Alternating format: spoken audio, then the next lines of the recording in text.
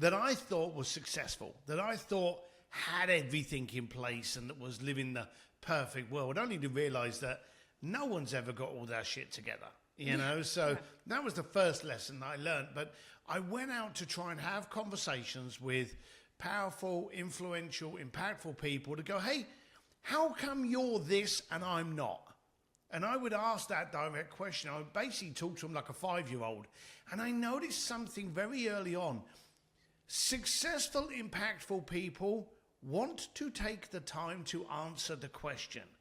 The fakes, the flakes, and the show-offs, they don't, because they don't have the answers.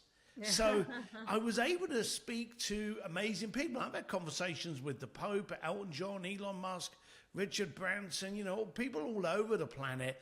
A lot of people you've never heard of that just happen to be very powerful or very connected. And it's always been that curiosity that has led me from London to living in Hong Kong, Bangkok, Geneva, Palm Beach, and now here in Los Angeles. And I went on the flip side. I thought, well, okay, I've learned these things, I've actioned them, and they've worked for me. And sometimes it's like, you know, fitting in someone else's shoes. Sometimes you may need to put an inner sole in there or wear an extra pair of socks in order for them to fit. So you've always got to tweak things to work for you. But I wondered, okay, could I have it work for other people? So then I started coaching and teaching and training. And now, thankfully, I coach and I train and I speak literally all over the world on how to communicate, how to not be better in your industry, not to be the best in your industry, but to disrupt your industry, and how to actually stand out and dare to be you. And that's what I teach and train today. Ooh, I love it. It sounds so. That's kind of interesting that you've talked to so many of these world-renowned leaders in all different aspects of life, and I love that they were open to sharing. Right, the ones that actually are the real deal were open to sharing. Can you talk to me about some of the commonalities that you've seen? I don't know if you've ever read the book Think and Grow Rich. I'm sure you probably have. Of course. From Napoleon Napoleon Hill. Everybody has. But what are some of the commonalities from these people that you know that are looked up to as being very successful in different areas of life? What are some commonalities of things that they would say, Steve? Great question.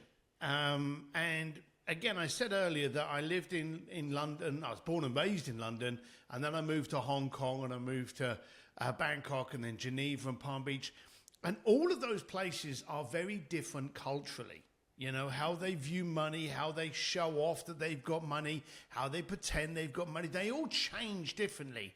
But the one thing that I discovered was successful people, they have traits and commonalities. It doesn't matter whether you're a successful business owner from Korea or from Los Angeles or from Belarus or from London. They have these same things. And the things that it comes down to is, for one, the conversations are usually a lot shorter and more direct and focusing on the impact you're looking to generate. I think one of the skills that I had, and I didn't know it was a skill at the time, but as I wanted to know how come you did this so I could reenact it. So I was volunteering very quickly on from the question that, hey, I want to take the advice you're going to give me and I'm going to see if I can use it. And impactful people want to generate impact. They say you die twice. Once when you stop breathing, and second when your impact dies. And so they want to be able to talk to you and go, hey, what are you working on? I'm working on myself. At this moment in time, I have no money, but a lot of energy, a lot of focus, and I'm aggravated enough to do something about it. Well, okay, what can you work on? What is your unicorn? And they want to talk you through. But the first thing that I noticed is that they value time differently to poor people. Explain. And I really use this word poor people a lot in my conversations. And before you all get all kind of like pissy and hissy out there, poor mentality, poor mindset, poor vision, poor opportunity. Poor equals poor financial, but it has to start from you having a poor mindset. And there's a lot of people out there that love to gravitate, oh, the world's bad, oh, the stock market's gone down. When the stock market went down, a lot of people became rich. When COVID hit, a lot of people became rich. When the depression hits, a lot of people become rich. Because successful people see opportunity when poor people see excuses. So I noticed straight off the bat that they are much more open and used to seeing what they're seeing. I'm going to give you a little example quickly, especially for the listeners, okay? Let's say, for argument's sake, you've gone to the mall on a Saturday afternoon, okay? No one likes to do that, but let's just say, for argument's sake, you're crazy enough to do it. And you're walking through the car park, and in the car park, there's a car, and it's this weird shade of yellow, you know? And you're looking at it going, who the hell bought that car with that color? It could be anything, red, green, whatever. But it's this weird-ass color that you've thought, who the hell would ever buy that color? Now, let me ask you directly, Krista. You're driving home. What's the only color car you can see on the highway? All the yellow. It's that color, isn't it? Why? Because your mind has been opened now to that color. So when your mind's opened to opportunity, that's all you can see. That was the first thing. They very much focus on their internal algorithms to only see opportunity. The second thing is the value to time. They realize they can make more money. They realize they can generate more impact. But they know full well that they can't jump on Amazon and buy more years. Mm-hmm. So therefore, they don't waste their time with stuff that they can't grow, impact, or generate. So they don't whinge and whine. They literally just ignore it. I can't handle that. That's not for me. I'll get someone else to do it. But there's an old saying by Dan Sullivan that if you focus on your weaknesses and your inadequacies, you end up with some really strong weaknesses and inadequacies. Mm-hmm. So what's not you're brilliant at, don't do. So it's that value to time. And then thirdly, relationships. Now, we went through COVID. Everyone in the planet went through COVID. But did your bank phone you up and go, hey, how are you doing? Are you okay? Not once. Anyone who was taking money off you, they don't have a relationship with you. They have a payment plan.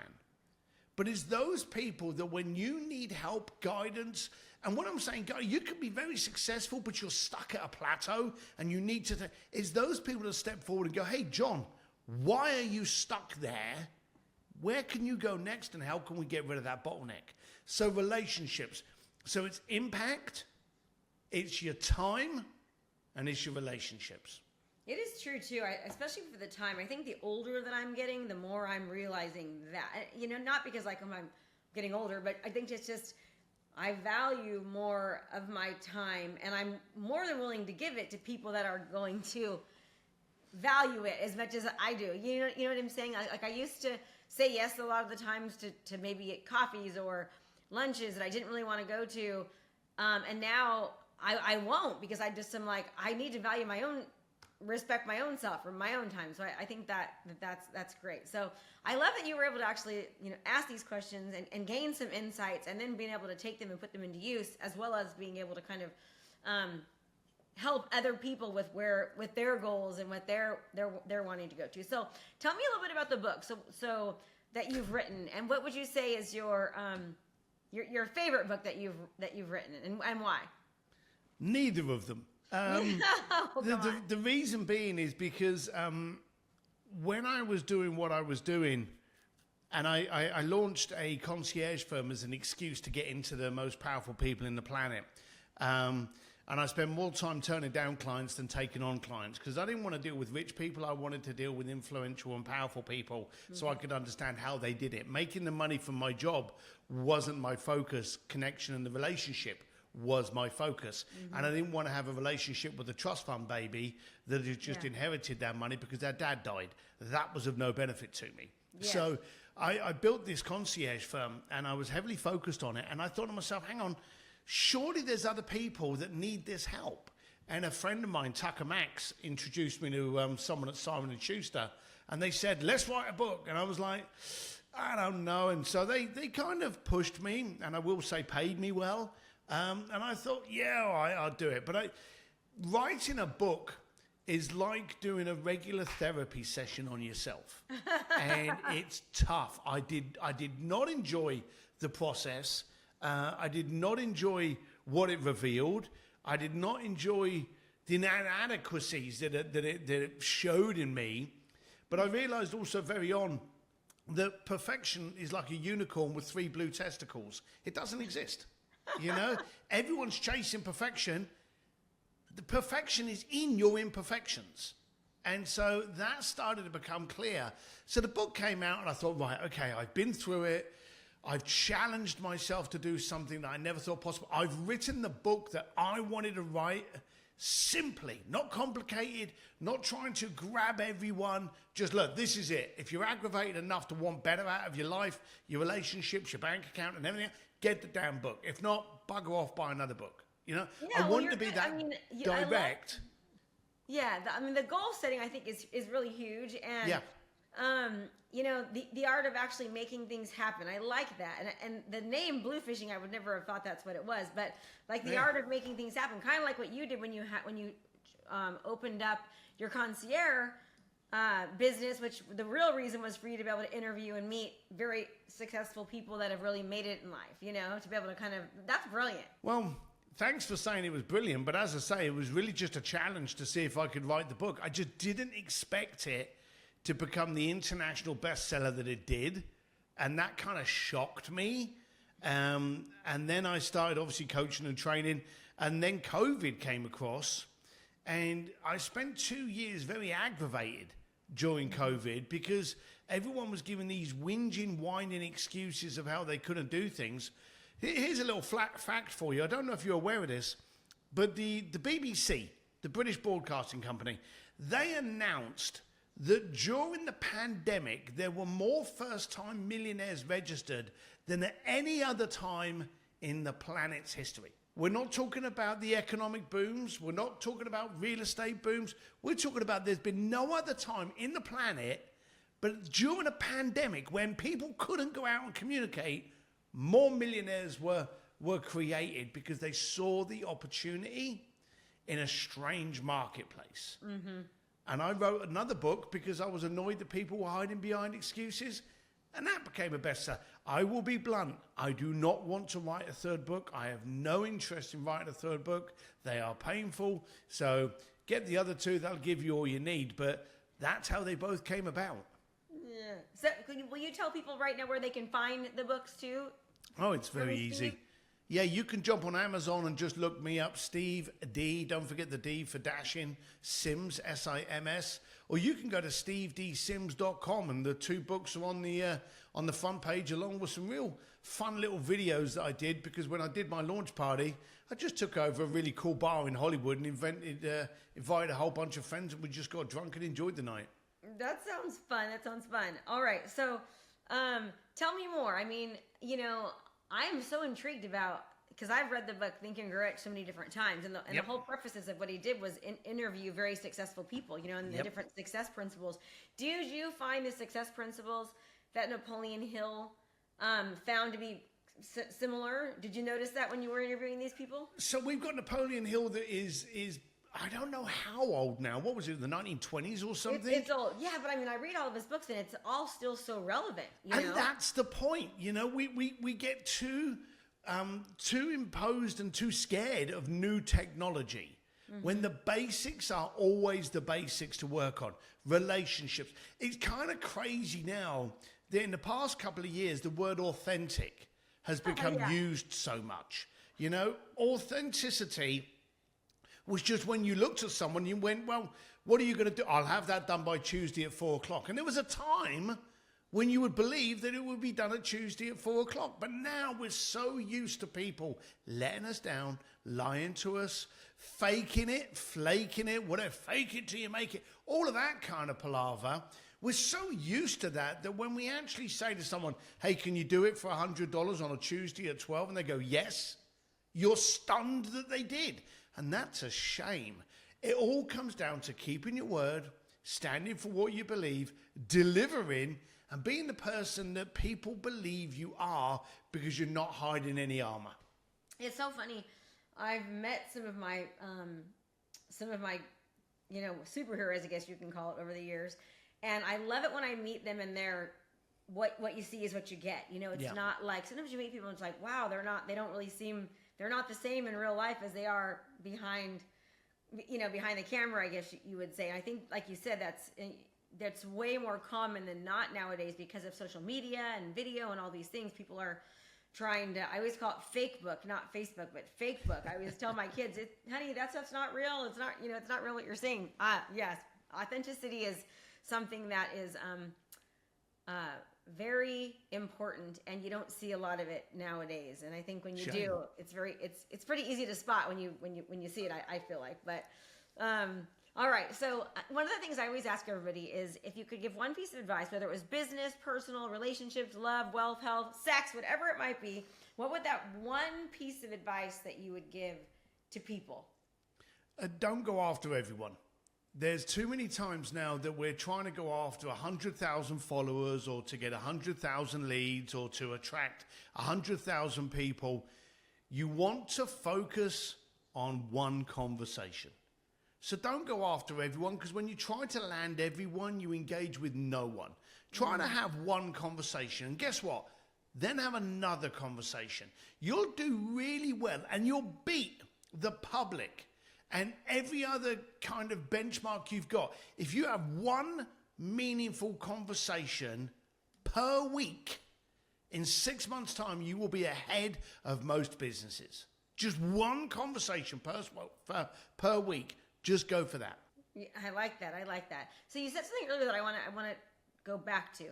Is you said that you teach people not how to be like the best, but like how to completely like not even be able to compete with anyone else. What would you say are a few of the main tips that you will tell people?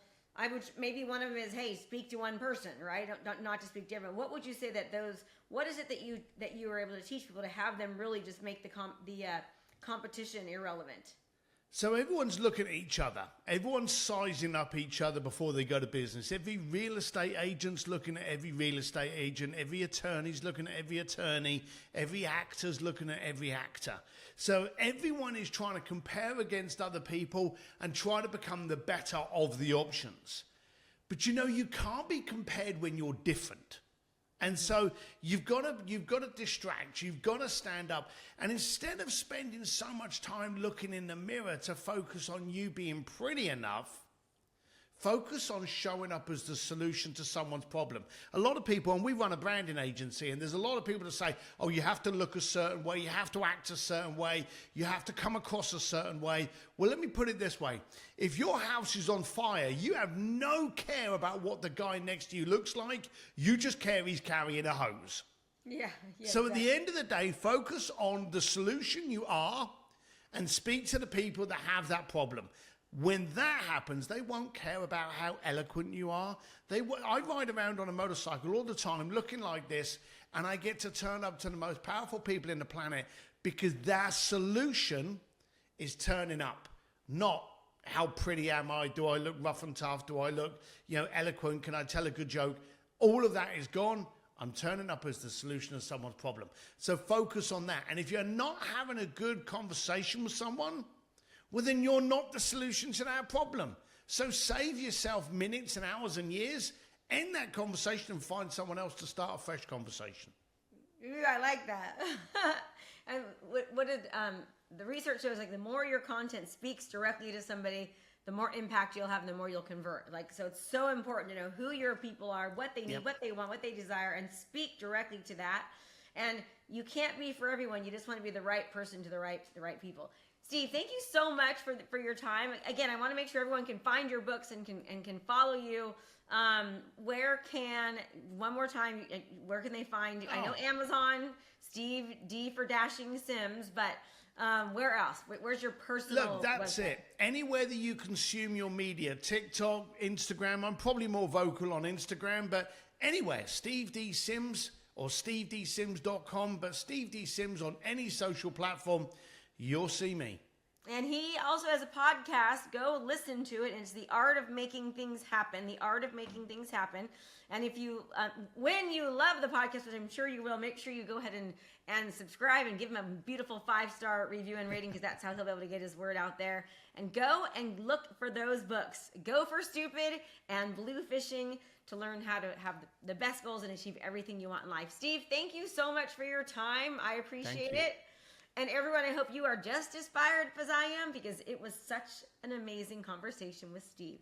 Thank you, Steve. Thanks, everybody. Thanks so much for watching my video. You can learn more about how to be a successful real estate professional by watching other videos that I have. And be sure to subscribe to my channel. And as always, make it a great home selling and buying day.